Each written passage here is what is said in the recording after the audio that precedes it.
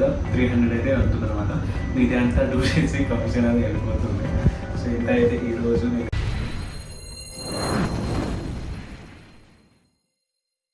ఇప్పుడైతే డ్యూటీకి వెళ్తున్నాయి. 11:30 ఉంది, మనం 10:30 స్టార్ట్ అవుతున్నాం. అక్కడ పోయే వరకు మనకు 30 minutes అయితే అవుతుంది అనమాట. సో ఇప్పుడు వెళ్ళేసి వర్క్ అయితే చేసుకోవాలి. ఆ వర్క్ అంటే సుమారు మనకి ఎంత ఉందంటే సో 900 చేంజ్ అయితే వస్తుంది అమౌంట్ అయితే. సో ఆ వర్క్ 240 hours వర్క్ అయితే. సో బట్ మనం వెళ్ళిన తర్వాత వర్క్ అయితే చూడాలి.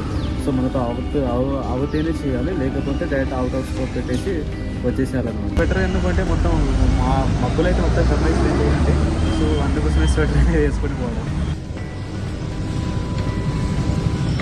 అయితే అయిపోయింది. సో ఇప్పుడు మీకు మనకింత అమౌంట్ అయితే రావడం జరిగింది అనమాట. సో మొత్తం టోటల్ అయితే 1100 ఉంది. సో వాళ్ళని ఆన్లైన్ అయితే చేయలేదు, క్యాష్ అయితే ఇచ్చారనమాట. సో క్యాష్ అయితే తీసుకున్నాం.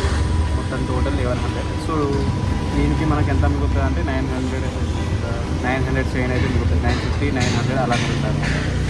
సో వర్క్ అనేది మనకి ఎంత ఓన్లీ 2 hours 1.5 hourలో అయిపోయింది వర్క్ అయితే. 1.5 hourలో 900 ప్లస్ అయితే మనకు రావడం జరిగింది. ఉండే సో ఆర్డర్ కూడా కంప్లీట్ అయిపోయింది అనమాట. ఒకటే ఉండే దాంట్లో. సో ఇప్పుడైతే మళ్ళీ నెక్స్ట్ అయితే 7కి ఆర్డర్ ఉంది. సో ఇప్పుడు కస్టమర్ కాల్ చేసి వెళ్ళాలి. సో అది 1000 రూపీస్ ఉంది. మనకు 900 వస్తాయి, 900 రూపీస్ ఉంది అనమాట. సో ఫ్రెండ్స్ ఇప్పుడైతే 7 అవుతుంది అనమాట. 6కి అయితే వచ్చాము. సో ఇది 1 hour అంటే 2 hours 40 minutes పట్టాల్సిన టైం అయితే 1 hour కంప్లీట్ అయిపోయింది. సో లిఫ్ట్ అయితే కోసం వెయిట్ చేస్తాం.